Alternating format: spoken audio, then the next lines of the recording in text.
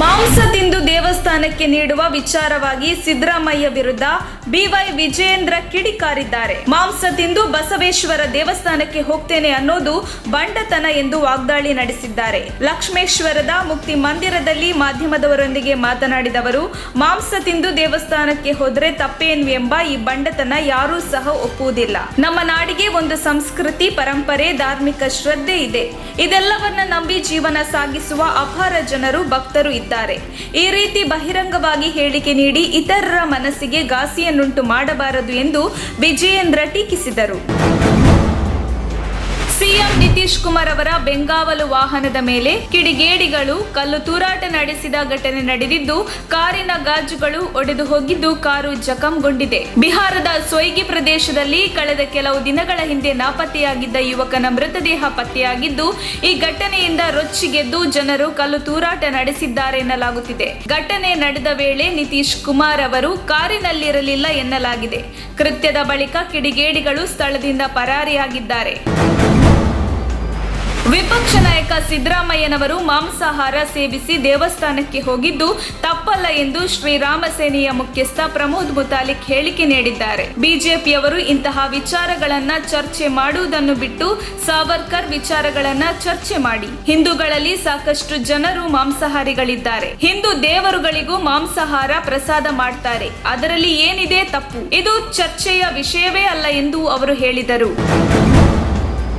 ಬಸವರಾಜ ಬೊಮ್ಮಾಯಿ ಅವರ ಅಧಿಕಾರದ ಮೊದಲ ವರ್ಷವನ್ನ ಆಚರಿಸಲು ಯೋಜಿಸಿದ್ದ ಜನೋತ್ಸವ ಕಾರ್ಯಕ್ರಮ ಸೆಪ್ಟೆಂಬರ್ 8ರಂದು ನಡೆಯಲಿದ್ದು, ಪಕ್ಷದ ರಾಷ್ಟ್ರೀಯ ಅಧ್ಯಕ್ಷ ಜೆಪಿ ನಡ್ಡಾ ಮತ್ತು ಇತರ ಹಿರಿಯ ನಾಯಕರು ಇದರಲ್ಲಿ ಭಾಗವಹಿಸುವ ಸಾಧ್ಯತೆ ಇದೆ.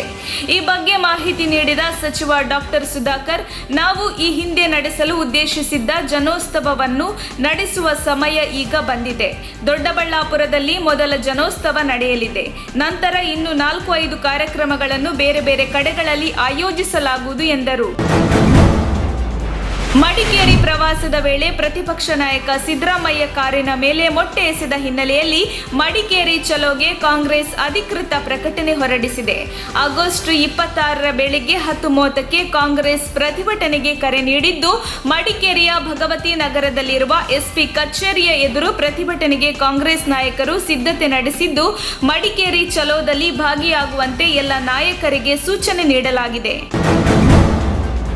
ನಿಮಗೆ ತಾಕತ್ತಿದ್ದರೆ ಹಂದಿ ಮಾಂಸ ಸೇವಿಸಿ ಮಸೀದಿಗೆ ಹೋಗಿ ಎಂದು ವಿಪಕ್ಷ ನಾಯಕ ಸಿದ್ದರಾಮಯ್ಯ ಅವರಿಗೆ ಬಿಜೆಪಿ ಶಾಸಕ ಬಸನಗೌಡ ಪಾಟೀಲ್ ಯತ್ನಾಳ್ ಸವಾಲ್ ಹಾಕಿದ್ದಾರೆ. ಮಾಂಸ ಸೇವನೆ ಮಾಡಿ ಸಿದ್ದರಾಮಯ್ಯ ದೇವಸ್ಥಾನಕ್ಕೆ ತೆರಳಿದ್ದಾರೆ ಎಂಬ ಆರೋಪಕ್ಕೆ ಸಂಬಂಧಿಸಿದಂತೆ ಪ್ರತಿಕ್ರಿಯಿಸಿದ ಅವರು, ಸಿದ್ದರಾಮಯ್ಯ ವಿರುದ್ಧ ಆಕ್ರೋಶ ವ್ಯಕ್ತಪಡಿಸಿದರು. ಒಂದೊಂದು ದೇಗುಲದಲ್ಲಿ ಒಂದೊಂದು ಸಂಸ್ಕೃತಿ, ನಿಯಮಗಳಿರುತ್ತವೆ. ಆ ನಿಯಮಗಳನ್ನು ಪಾಲಿಸುವುದು ಎಲ್ಲರ ಜವಾಬ್ದಾರಿ ಎಂದು ಅವರು ಹೇಳಿದರು. ಮೊಟ್ಟೆ ಬೇಕಿದ್ರೆ ಇನ್ನು 4 ಹೊಡೆಯಿರಿ, ಆದರೆ ಜನರನ್ನ ನೆಮ್ಮದಿಯಿಂದ ಬದುಕಲು ಬಿಡಬೇಕು. ರಾಜ್ಯದ ಗೌರವ ಮಣ್ಣು ಪಾಲಾಗುತ್ತಿದೆ ಎಂದು ಕೆಪಿಸಿಸಿ ಅಧ್ಯಕ್ಷ ಡಿಕೆ ಶಿವಕುಮಾರ್ ರಾಜ್ಯ ಸರ್ಕಾರದ ವಿರುದ್ಧ ಅಸಮಾಧಾನ ವ್ಯಕ್ತಪಡಿಸಿದ್ದಾರೆ. ಕೊಡಗಿನಲ್ಲಿ ಯಾವುದೇ ಬಂಡವಾಳ ಹರಿದು ಹೋಗುತ್ತಿಲ್ಲ. ಕೇವಲ ಪ್ರವಾಸೋದ್ಯಮದಿಂದ ಜನರು ಬದುಕುತ್ತಿದ್ದಾರೆ. ಅವರ ಅನ್ನ ಕಿತ್ತುಕೊಳ್ಳಬೇಡಿ ಎಂದು ಸರ್ಕಾರದ ವಿರುದ್ಧ ಕಿಡಿಕಾರಿದ ಅವರು, ಅಶಾಂತಿ ಉಂಟಾದ್ರೆ ಜನರ ಬದುಕು ಕಷ್ಟ. ಹತ್ಯೆಯಾದಾಗ ಒಬ್ಬರ ಮನೆಗೆ ಮಾತ್ರ ಭೇಟಿ ನೀಡ್ತೀರಾ? ಎಲ್ಲರ ಮನೆಗೂ ಹೋಗಿ ಎಲ್ಲರಿಗೂ ಪರಿಹಾರ ನೀಡಿ ಎಂದರು.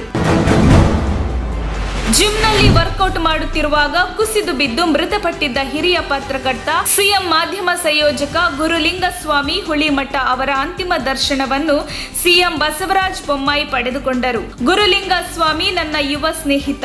ಅವರ ಅಕಾಲಿಕ ಮರಣ ದುಃಖ ತಂದಿದೆ. ನನಗೆ ಅವನು 20 ವರ್ಷದಿಂದ ಪರಿಚಯ. ರಾಮದುರ್ಗದ ಹಳ್ಳಿಯವರು. ಕಷ್ಟಪಟ್ಟು ಓದಿ ಪಾಸ್ ಆಗಿ ಮಾಧ್ಯಮದಲ್ಲಿ ಕೆಲಸ ಪಡೆದುಕೊಂಡ. ಪತ್ರಿಕಾ ದಿನದ ಆರಂಭದ ದಿನದಿಂದ ನನಗೆ ಪರಿಚಯ. ಟಿವಿ ಮಾಧ್ಯಮದಲ್ಲೂ ಕೆಲಸ ಮಾಡಿದ್ದರು. ಅತ್ಯಂತ ಕ್ರಿಯಾಶೀಲ ಪತ್ರಕರ್ತ ಎಂದು ಈ ವೇಳೆ ಸಿಎಂ ಹೇಳಿದರು. ಲಿಂಗಾಯತ ಪಂಚಮಸಾಲಿ ಸಮುದಾಯಕ್ಕೆ 2A ಮೀಸಲಾತಿ ನೀಡುವಂತೆ ಒತ್ತಾಯಿಸಿ ಈ ಹಿಂದೆ ಯಡಿಯೂರಪ್ಪ ಅವರಿದ್ದಾಗ ಪ್ರತಿಭಟನೆ ಮಾಡಿದ್ದೆವು. ನಂತರ ಮುಖ್ಯಮಂತ್ರಿಯಾದಾಗ ಬಸವರಾಜ ಬೊಮ್ಮಾಯಿ ಅವರನ್ನು ಆಗ್ರಹಿಸಿದೆವು. ಆದರೆ ಏನು ಪ್ರಯೋಜನವಾಗಲಿಲ್ಲ ಎಂದು ಕೂಡಲ ಸಂಗಮ ಪಂಚಮಸಾಲಿ ಗುರುಪೀಠಾಧ್ಯಕ್ಷರಾದ ಜಯ ಮೃತ್ಯುಂಜಯ ಸ್ವಾಮೀಜಿ ಬೇಸರ ವ್ಯಕ್ತಪಡಿಸಿದ್ದಾರೆ. ಸತತ 2 ವರ್ಷಗಳಿಂದ ನಮ್ಮ ಪ್ರಯತ್ನ ಮುಂದುವರಿಯುತ್ತಿದೆ. ಹೀಗೆ ಸಿಎಂ ಯಡಿಯೂರಪ್ಪ ಮಾತು ತಪ್ಪಿದ್ರು. ಈಗ ಬಸವರಾಜ ಬೊಮ್ಮಾಯಿ ಮಾತು ಮರೆತಿದ್ದಾರೆ. ನಮ್ಮ ಹೋರಾಟ ನಿರಂತರ ನಡೆಯುತ್ತದೆ ಎಂದು ಹೇಳಿದರು. ತೆಲಂಗಾಣ ಬಿಜೆಪಿ ಮುಖ್ಯಸ್ಥ ಬಂಡಿ ಸಂಜಯ್ ಕುಮಾರ್ ಕೇಂದ್ರ ಗೃಹ ಸಚಿವ ಅಮಿತ್ ಶಾ ಅವರು ದೇವಸ್ಥಾನಕ್ಕೆ ಭೇಟಿ ನೀಡಿದಾಗ ಅವರ ಚಪ್ಪಲಿಯನ್ನು ತರುತ್ತಿರುವ ವಿಡಿಯೋ ವೈರಲ್ ಆಗಿದೆ. ಈ ಕುರಿತು ಟಿಆರ್ಎಸ್ ಬಿಜೆಪಿ ವಿರುದ್ಧ ತೀವ್ರ ವಾಗ್ದಾಳಿ ನಡೆಸಿದ್ರು. ತೆಲಂಗಾಣ ಸಚಿವ ಹಾಗೂ ಮುಖ್ಯಮಂತ್ರಿ ಕೆ ಚಂದ್ರಶೇಖರ್ ರಾವ್ ಅವರ ಪುತ್ರ ಕೆಟಿ ರಾಮರಾವ್ ಟ್ವೀಟ್ ಮೂಲಕ ಟಿಆರ್ಎಸ್ ತೀವ್ರ ದಾಳಿ ನಡೆಸಿದ್ದು, ತೆಲಂಗಾಣಕ್ಕೆ ಇದು ಹೆಮ್ಮೆ ಎನ್ನುವ ರೀತಿಯಲ್ಲಿ ಅವರು ವಿಡಿಯೋವನ್ನು ಟ್ವೀಟ್ ಮಾಡಿದ್ದಾರೆ ಮತ್ತು ರಾಜ್ಯದ ಜನರು ಗುಜರಾತ್ ಗುಲಾಮರನ್ನು ನೋಡುತ್ತಿದ್ದಾರೆ, ತೆಲಂಗಾಣದ ಸ್ವಾಭಿಮಾನವನ್ನು ಅವಹೇಳನ ಮಾಡಬಾರದು ಎಂದು ಟ್ವೀಟ್ ಮಾಡಿದ್ದಾರೆ.